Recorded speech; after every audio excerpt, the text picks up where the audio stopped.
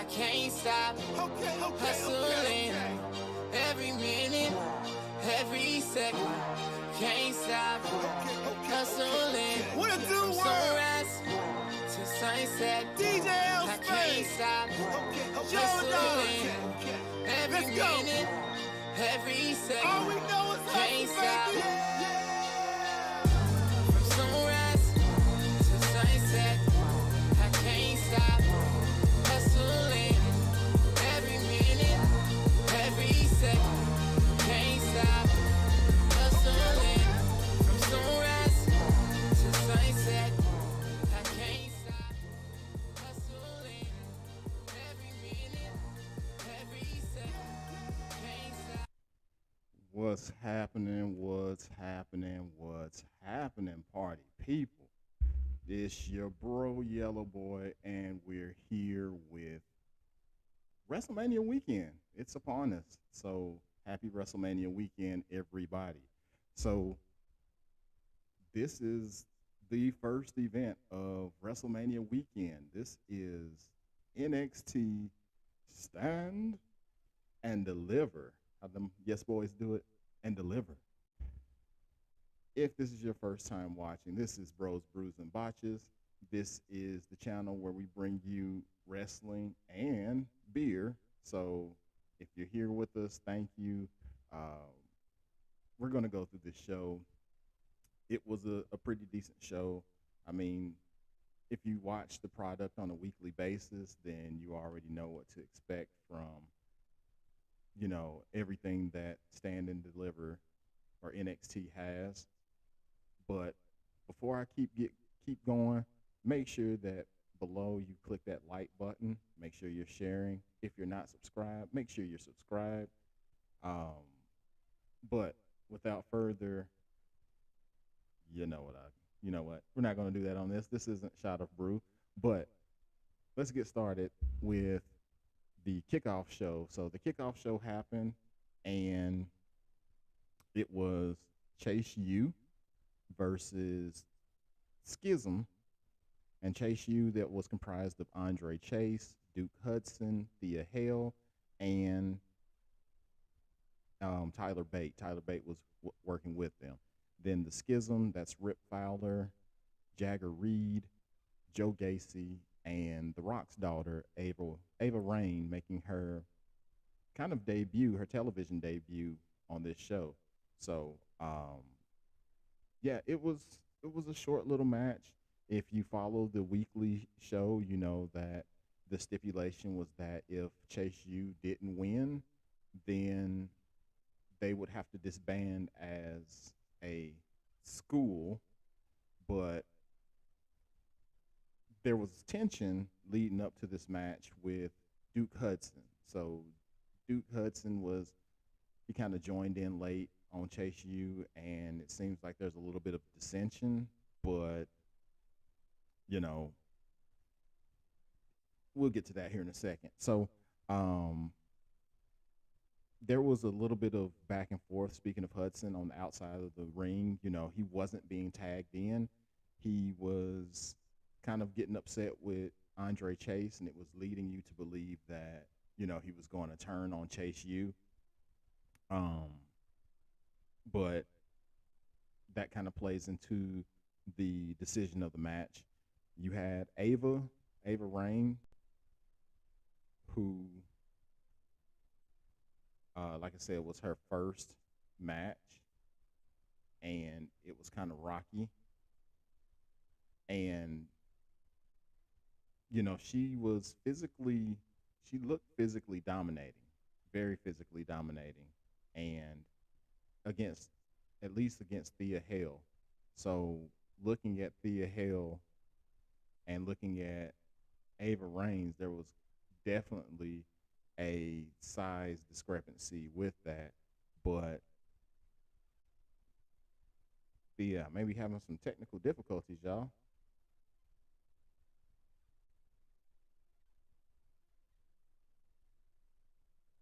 Y'all still with me?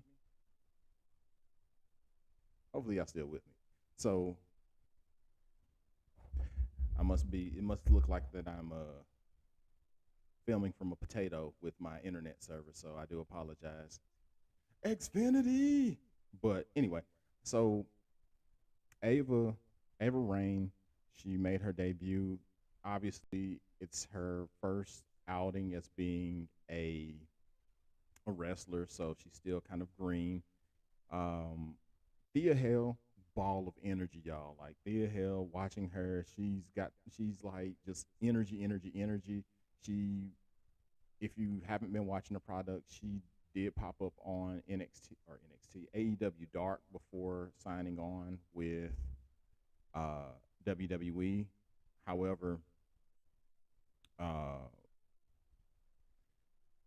little short match. I'm not going to go full detail. I think the biggest thing that happened within the match is the fact that um, they played on Duke Hudson seemingly wanting to split from Chase U. And there was a moment where Joe Gacy had offered him a T-shirt with Schism, and he took off all of his Chase U apparel and put on the Schism shirt, only to get behind the Schism, attack them. Then they had some tandem offense from Chase U against Schism. Then what happened? There was a little bit of a scrap, whatnot. Match concluded with Andre Chase, and it ended with Andre Chase and Duke Hudson hitting the Fratliner for the win. So only one match on the kickoff show, and that was it. So Chase U continues to be at school. Looks like for right now, Duke Hudson still with Chase U, which shout out to Denise Salcedo, who again made it onto WWE TV as it went into the main show. So the main show started out with the women's ladder match for the NXT Women's Championship. And again, if you've been following the product for NXT, you know that Roxanne Perez was the champion, and she was stripped after she had some non-medical issues that took her away. Said she was dealing with depression and stuff, and it's half kayfabe, half real. But the ladders match featured Zoe Stark, Indy Hartwell, Gigi Dolan, Tiffany Stratton, Lyra Valkyria, and Roxanne Perez. Great ladder match. It actually was able to spotlight a lot of the women that were in this match. They all had key spots in the match. Roxanne, of course, is trying to get her title back after she was basically stripped from it. Let me tell you something. Booker T is bothering me on commentary. Like, Booker T can definitely use, like, can we get back Stu, or now I can't even remember his real name or his alias name from WWE, Stu Bennett. I need him back on NXT because Booker T ain't doing it for me. He said that somebody was climbing up the ladder, and he said that Indy needed to get that black gold Texas tea. Sir, that is oil. That is not a championship. I have no idea most times what Booker T is talking about, and it will probably do me well to basically mute his commentary. But anyway, it was a really fun match. The women were willing to put everything on the line. There was a lot of ladder spots in there. Perez hits her pop rocks on Stark. There was a moment where Gigi Dolan was looking like she was getting to the top of the ladder and was going to get the belt, and unfortunately she didn't because there was a returning JC Jane who stopped her, punched her off the ladder onto another ladder. Really fun, really fun match. Lots of spots in there. But there was a moment where Indy Hartwell, she was by herself in the ring with the ladder, and she looked like her legs wouldn't work. She was failing to get up to the top of the ladder, and out from under the ring, Dexter Loomis pops out, and he slides into the ring in an out of context shot that will probably be a meme for a little while, and it's used as the thumbnail for this show. Is Dexter Loomis sliding in the ring underneath Indy, in between her legs, gives her a thumbs up, and then turns around and then hoists her on his shoulders and assists her to get up to the top of the ladder, where she then takes the belt and is your new NXT Women's Champion. I see over here, boy, that shucky ducky. That man, I have no idea what the man is talking about. He's shucky duckying the life out of me. And you know something, Vic? I'm gonna tell you, she needs that black gold, that Texas tea. I'm like, look, what are you talking about? Anyway, he does that throughout the entire show. So, anywho, so you have a brand new NXT Women's Champion in Indy Hartwell, and it came as a surprise because I thought they were going to give it back to Roxanne Perez, but it may seem like Roxanne Perez may not be long for NXT. Maybe she's getting that rocket strapped to her back and goes on to the main roster. So only time will tell. She was a standout in Ring of Honor before making it to WWE, which WWE is her dream. So, yeah. So the next match on the list is the triple threat tag team match for the NXT Tag Team Championship, with the Creed brothers versus Tony D'Angelo and Channing Stacks Lorenzo, and the champions Gallus, which is Wolfgang and Mark Coffey. So before the match, they did a spotlight on the crowd because former UFC champion Daniel Cormier was out there in the crowd, and of course Booker T was at this point he didn't talk because he was apparently starstruck or something like that, and Vic made a comment about it on commentary. So yeah, this again, not a bad match. I wrote a couple of notes about Julius and Brutus Creed being super strong, right? Black gold. That black gold, baby. But yeah, so Julius Creed, he did some kind of he basically picked up, like muscled up, I think it was Tony D'Angelo into a suplex. Like, no, it was Stacks. It was Channing Stacks. He picked him up to do a standing vertical suplex, but he just basically muscled him from the floor, which was straight muscle. Like, the dude is super jacked. And Brutus is the same way. There was a moment in the match. I think the spot of the match was Julius Creed was outside, and he had put Mark. Was it? No, it was Wolfgang. He had Wolfgang on his shoulders, and then Wolfgang proceeded to put Channing Stacks Lorenzo on his shoulders, essentially having Julius with two grown men on his shoulders.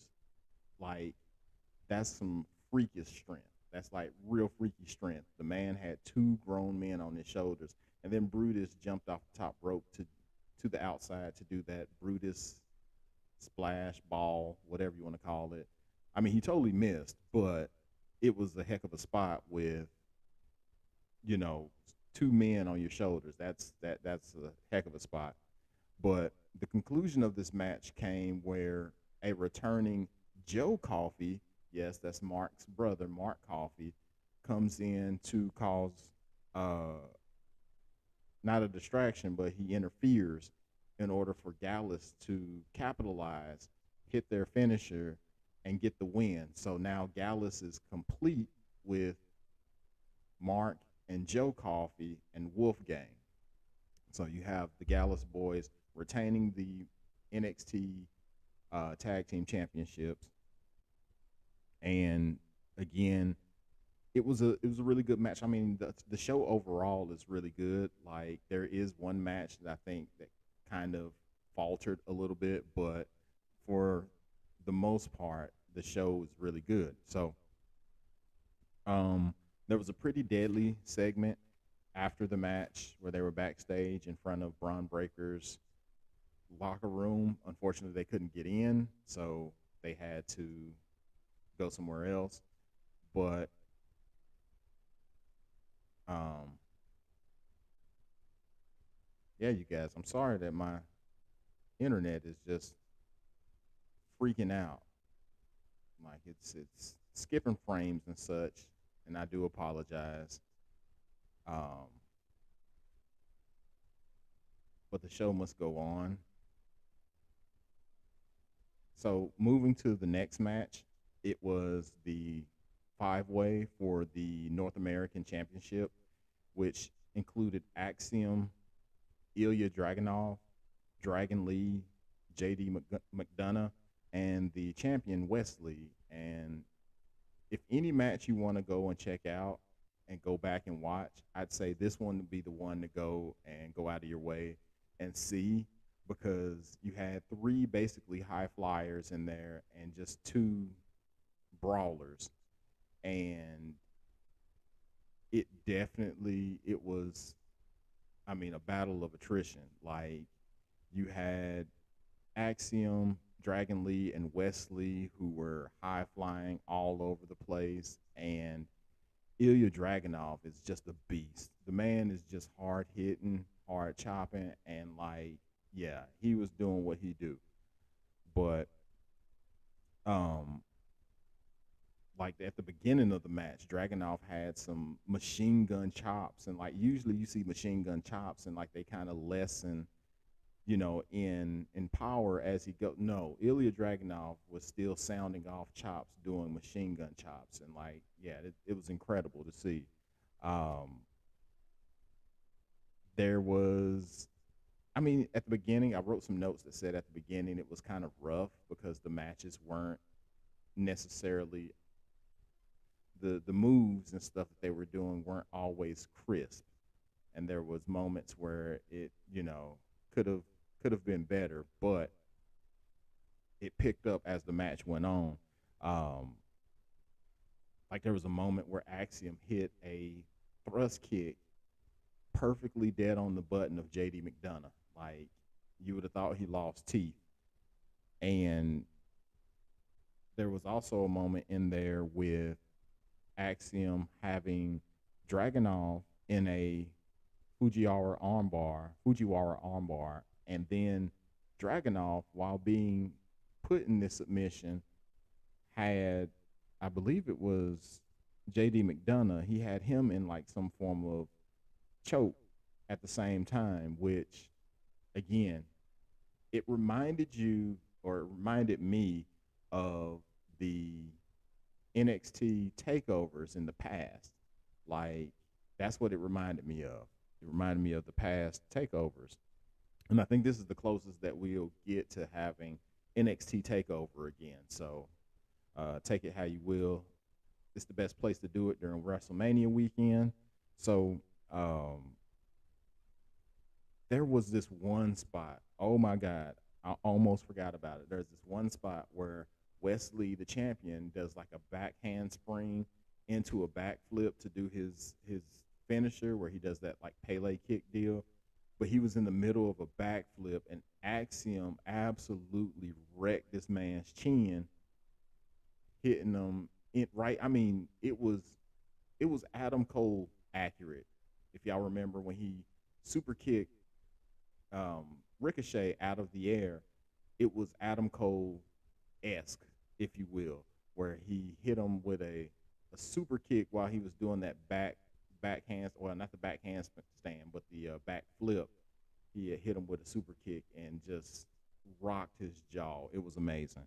And then there was a moment where Dragunov and the Lee brothers, the Lees, Wesley and Dragon Lee, they were all in the ring, and they were just beating the absolute hell out of each other, like slaps, punches, like everything. They were just beating the absolute dog, you know what, SH1T out of each other, and it was amazing. Like over here, boy said Drago hits got them kibashi chops, brother. When I tell you that the man, I think he got some color the hard way too in there, and he just doesn't even care. Like the dude seen blood and just went ballistic. That guy is a complete animal, and I love it. Like I said, it was like NXT of old, but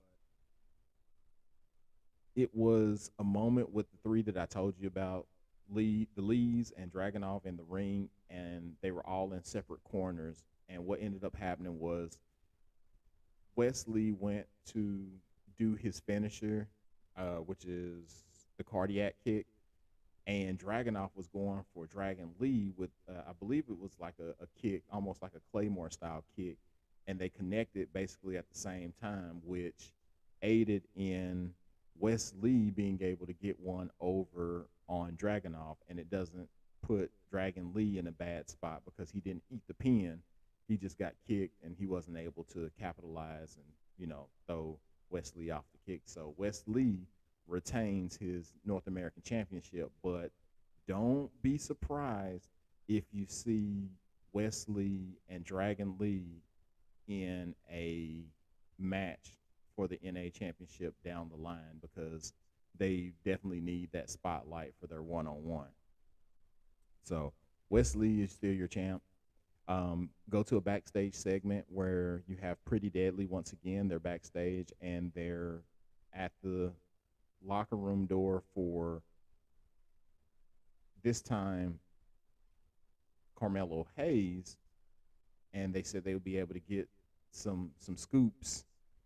And they were doing a little scoop thing, but Trick Williams intercepted them at the door, gave them his hype man speech for Carmelo Hayes, and that was the end of that segment, which moved us into the unsanctioned match, which is Grayson Waller versus Johnny Gargano.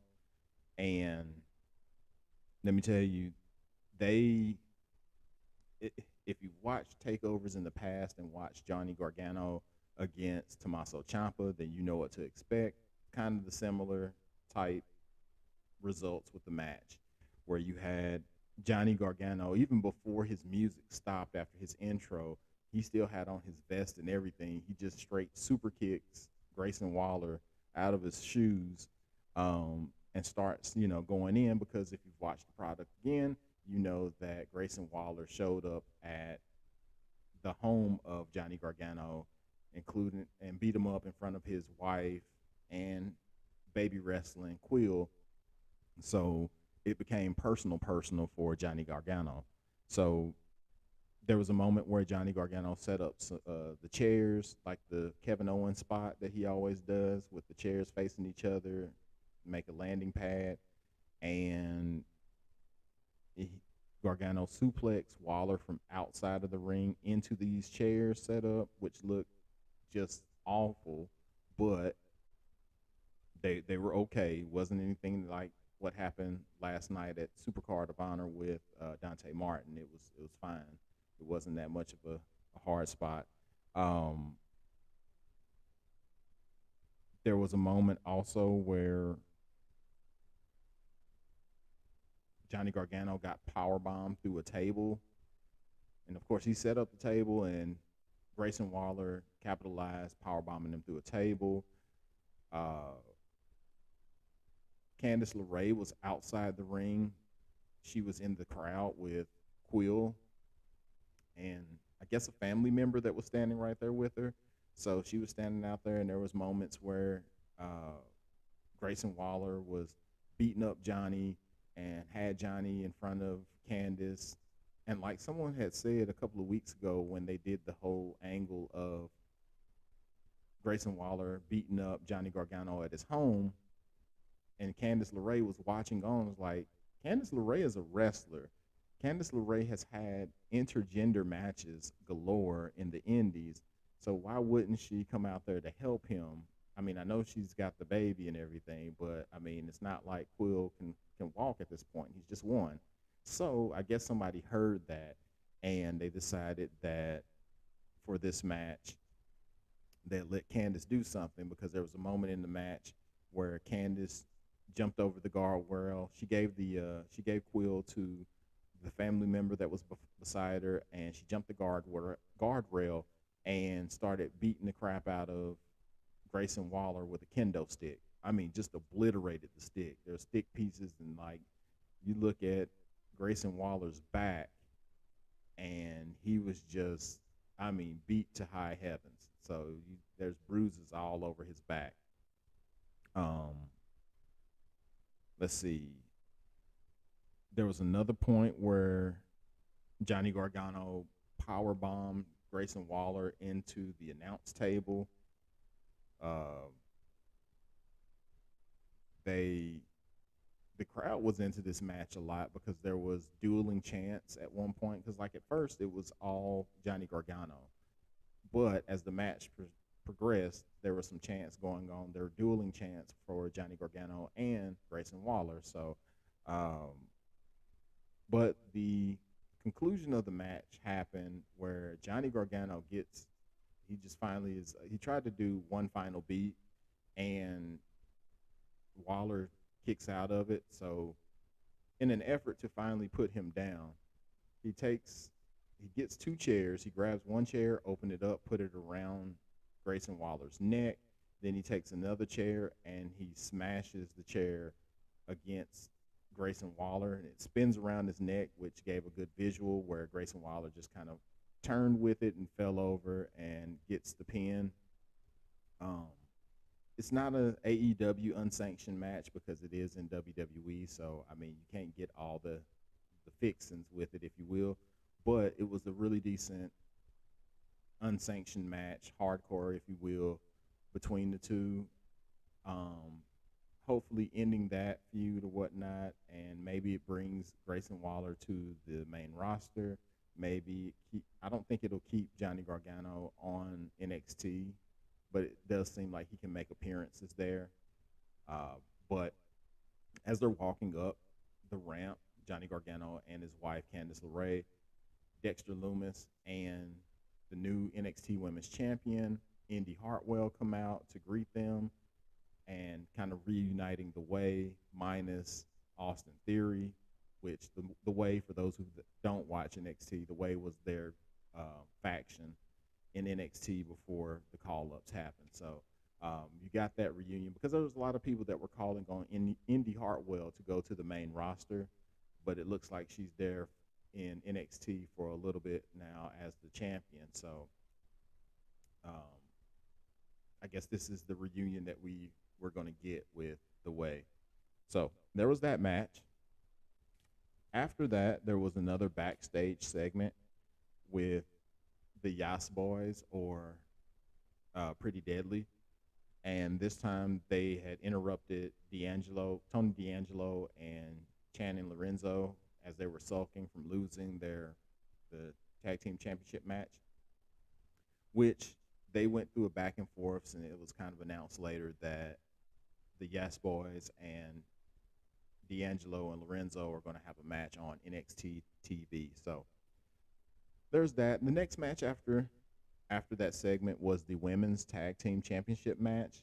This is the only match during the show that I think kind of suffered. There was so much that happened in the matches preceding this that I think it took a lot of the energy out of the crowd at this point. Plus, you have to understand, they're in California, so when this show was going on, it started early in the morning, or early enough in the morning for these fans. So, it kind of took the energy, and they still have WrestleMania later on today. So, it's a lot. But it was a tag team championship match with the champions Fallon Henley and Kiana James versus Alba Fire and Isla Dawn. And I could not help myself in thinking the names because of the fact that I watch another wrestling channel, and they've nicknamed Fallon Henley and Kiana James, Force Girl, and Porn Accountant. And I cannot not think of them as those names. It took me a second to remember what their names were, their actual names. So, and then calling the Brooks and Jensen Brooks and Dunn, like, yes, I've been warped by um, Alex and Kate on Fightful. So thanks, guys. I can no longer think of people's names, but it was an okay tag team match as far as it goes. The underlying story is that Fallon Henley believes and has evidence that Kiana James is cheating on Jensen. I think that's who she's supposedly kayfabe dating, and their tag team is suffering for it. And there's some discourse with the two of them, which that kind of aided in their demise. I mean, they were at the beginning of the match. You would think that they would have came together because Kiana James pushes Henley out of the way from Alba Fire doing like a senton from outside of the ring, inside of the ring to outside of the ring, and like that was how the match started. But it it was divide and conquer, and like there was at one point where Kiana James got the hot tag, and the crowd did nothing. The crowd didn't. They didn't respond. They didn't make noise. They were just, you know, they suck. So, like I said, their energy had been taken out from them. So it was just, you know what I mean. It was that time of the match or show. So anyway, the conclusion came where Kiana James was out. Excuse me, Kiana James was in the ring with Isla Dawn and Alba Fire, and Henley was outside with Brooks and Jensen, and James was asking for her bag, and everyone was telling her no on the outside, and Jensen had it in his hands, and they were like, Briggs was like, no, don't do it, don't do it. We've seen what she's done with the contents in that bag before, and it ultimately backfired because Alba Fire and Isla Dawn were able to successfully do their double team maneuver on James and getting the pin to become the new women's NXT Tag Team Champions. So congratulations to them two, and it looks like there will be a feud between James and Henley, Porn Accountant and Horse Girl. So there was that match. Like I said, I think this match and subsequently the main event suffered from the previous matches being so good. Now, before I talk about the main event, I cannot talk about the main event without talking about, because of who's involved, with talking about what happened yesterday at WrestleCon, or reportedly happened yesterday at WrestleCon. I won't go into detail about it because if you know, you know. However, bullying in any form or fashion is unacceptable.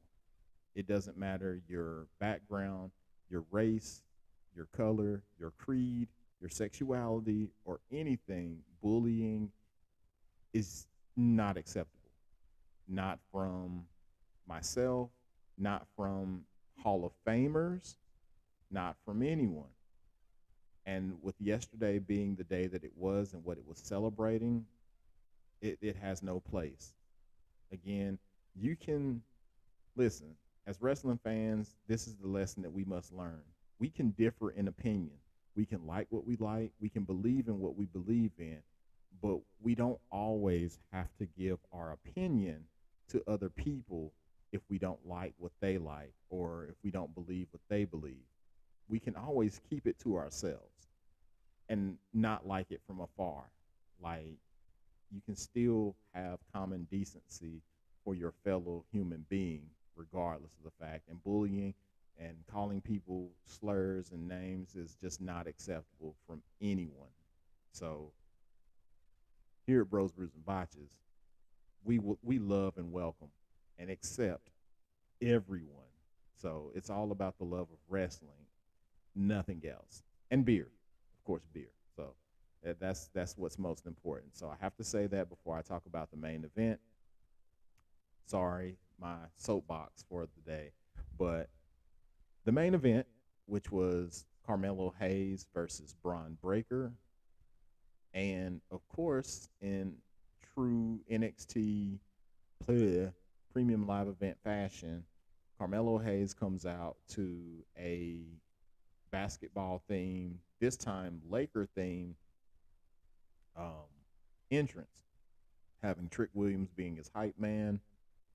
He came out to a Laker theme. His gear was geared towards Lakers, being in the purple and gold and or purple and yellow, and having the number 8 on one knee pad for Kobe, having the target with the arrows because Melo don't miss.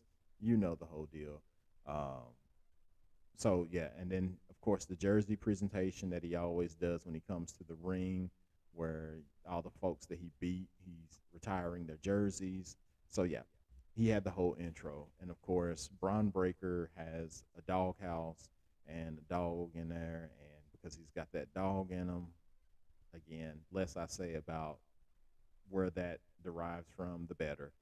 But again, this was a really good match. Like the fans weren't in it as much again because, like I said, I think they just kind of gotten extremely tired at this point. But it was a good match. It started out like a traditional old school match where it was very slow and it was calculating because both of the competitors knew each other.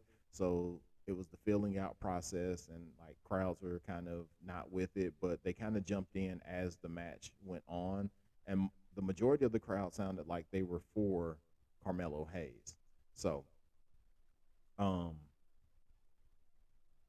there was one moment in the match where I think they did well to kind of jump back in, where Carmelo was going for a springboard clothesline from the ropes, and he just slipped, lost his footing, and I think they made up for it really well. I don't know if that's going to be on Botchamania or not, but it may.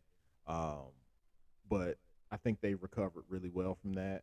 They look like they really do know each other in the ring and kind of, work off of each other, which I'm no wrestler, never been a wrestler, never trained for wrestling, but I figured because of what they do, it's always a good thing to have somebody that you can really bounce off of and work well with, if I can speak. And I ain't even been drinking.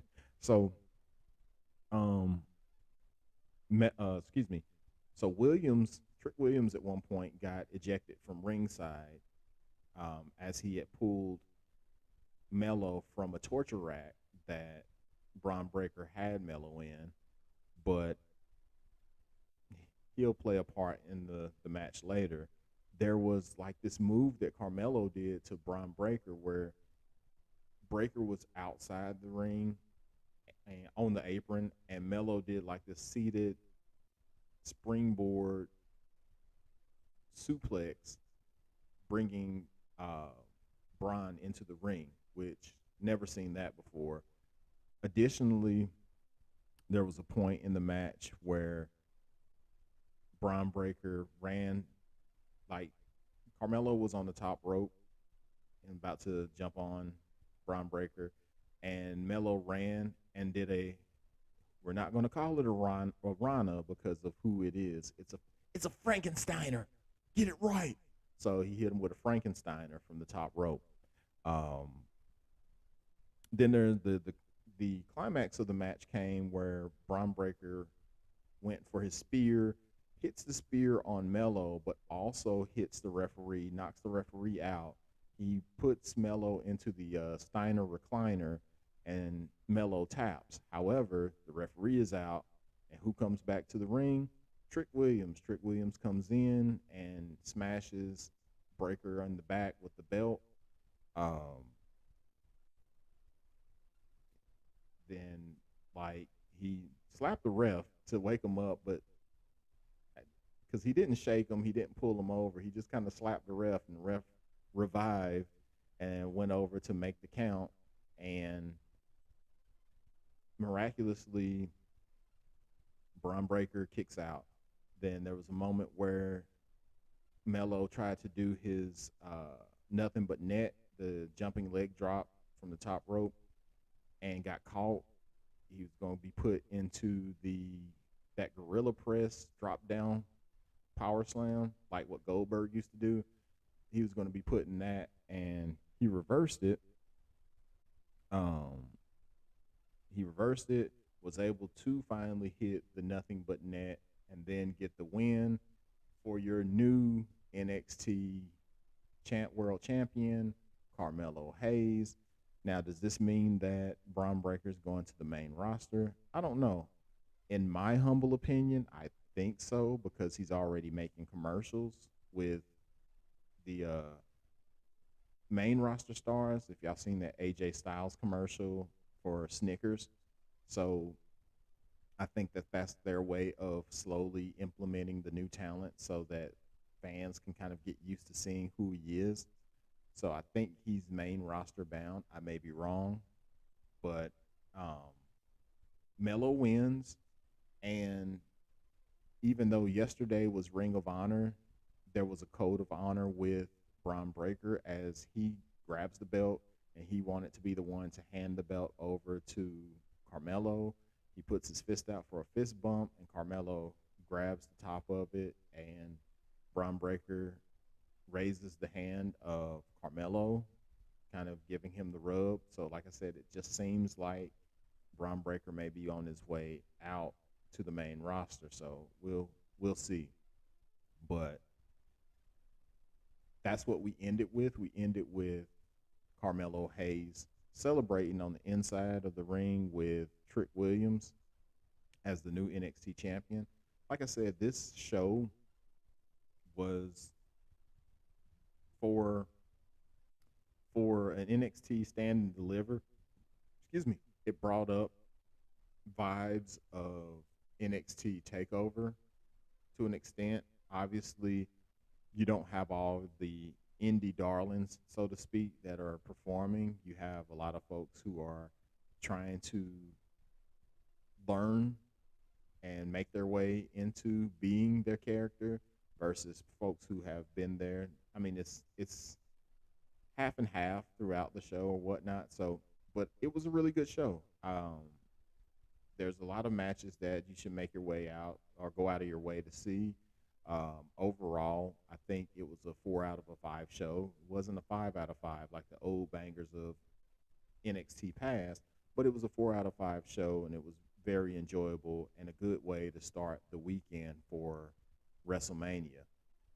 So that's it. That's it. I know this is a solo cast right now. Rumor has it that later on tonight, Over Here Boy is getting I think he has a private one-on-one or something like that with some form of band that their name is of the Aviant type, and he may very well become a new member of said band. I don't know. They're just, it may be a rumor. I just maybe heard the wrong rumor, but I think Over Here Boy has got some form of sit down with a certain band or whatnot. So the man can do it all. He's maybe a band member, brewer, all that stuff. So yeah, famous OHB. But anywho, later on, come back, check us out. We'll be doing a live stream later on tonight after WrestleMania Night 1. Myself and Hogs Wars will be doing the post show for that. And then tomorrow, come join all of us after night 2 of WrestleMania, where myself, OHB, and Hogs Wars will be sitting down and talking about WrestleMania Night 2. So there's a lot of matches on the card tonight for WrestleMania Night 1. Hold on. I can check it out and see. We'll just take a peek ski, and I can give y'all a rundown of what those matches are for night 1. So tonight, you guys, we'll be watching John Cena versus Austin Theory, Charlotte Flair versus Rhea Ripley, the Usos versus Sami Zayn and Kevin Owens.